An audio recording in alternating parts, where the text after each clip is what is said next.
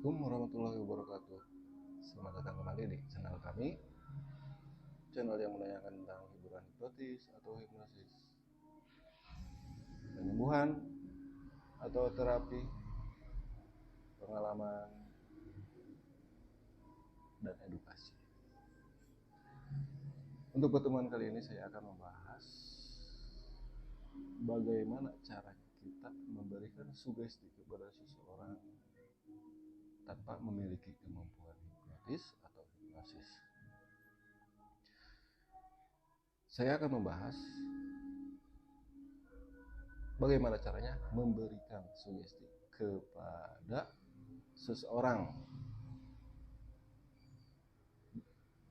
yang ada di rumah atau keluarga kita tanpa memiliki kemampuan hipnotis.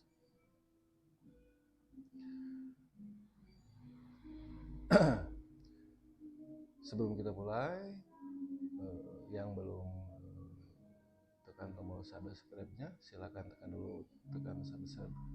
tombol subscribe-nya, bunyikan loncengnya untuk mengetahui video-video kami selanjutnya. Ketik ide dan sarannya di kolom komentar. Oke.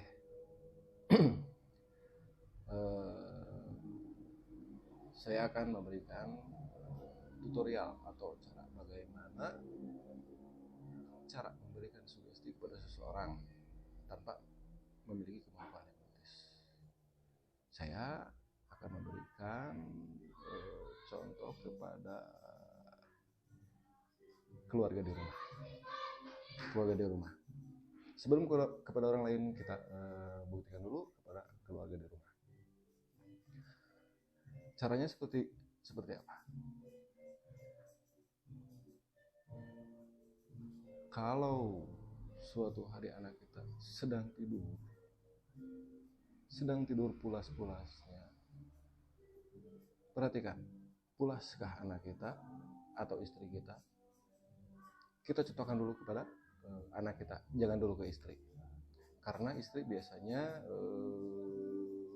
kalau belum berpengalaman biasanya gagal. Tapi kita bahas dulu kepada anak kita. Ketika anak kita yang sedang tidur, perhatikan, pulaskah anak kita tidur? Kalau sudah anak kita meyakinkan anak kita tidur dengan pulas,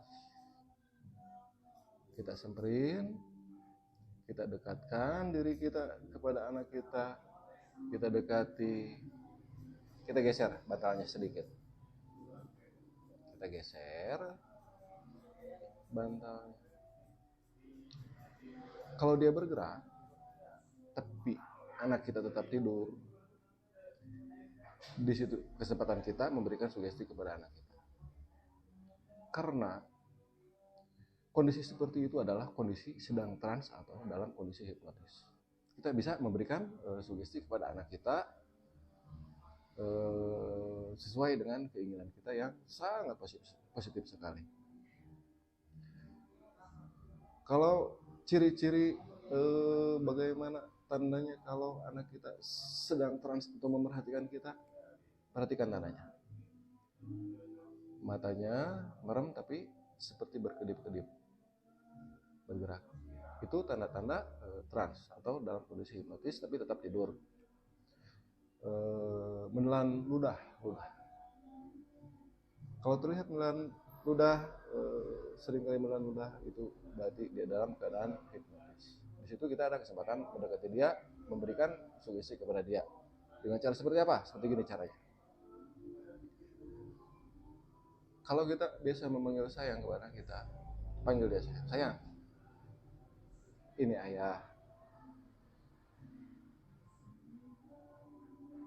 Dengarkan fokus sama ayah.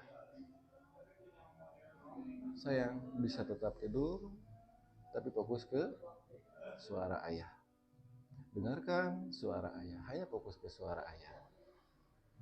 Nah, di situ berikan keinginan kita. Contoh, kalau anak kita sepertinya selalu terlambat bangun untuk sekolah, berikan sugesti itu.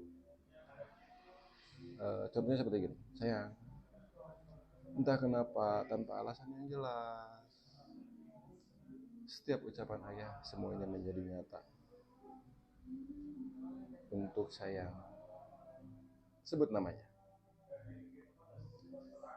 Gak tahu kenapa tanpa alasan yang jelas, kamu nanti ketika setiap mendengar suara adzan, maka kamu akan bangun.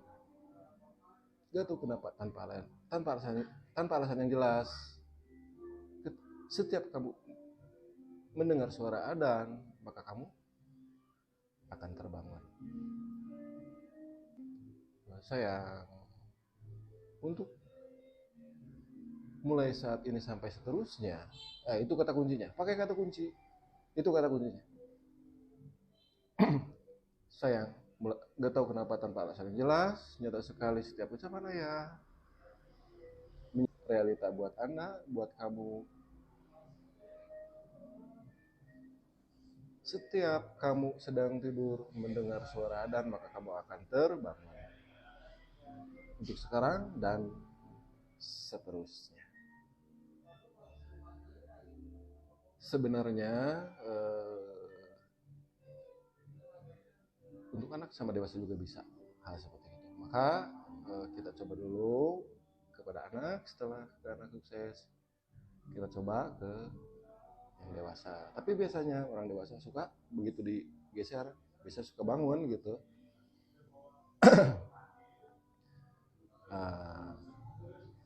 Harus kita ketahui juga, untuk anak dari 0 tahun sampai 7 tahun, dia belum memiliki critical factory. Apa itu critical factory? Anak usia dari 0 sampai 7 tahun, mereka tidak bisa menyaring ucapan, hal-hal yang dia temui dalam kesehariannya, dalam pengalamannya. Dia tidak bisa menyaring mana yang benar, mana yang salah. Maka dari 0 sampai 7 tahun, apapun yang didengarnya, apapun yang dilihatnya, semuanya akan masuk ke dalam anak tersebut tanpa disaring. Sangat berbahaya sekali kalau kita kurang teliti dalam pendidikan anak dari 0 sampai 7 tahun. Jadi apapun yang dia dapatkan, dia akan masuk. Sekarang saatnya kita mencoba merubah anak tersebut dengan cara seperti ini, merubah kebiasaannya, merubah bahasa dari pergaulannya, kebiasaan bangunnya, dan lain sebagainya.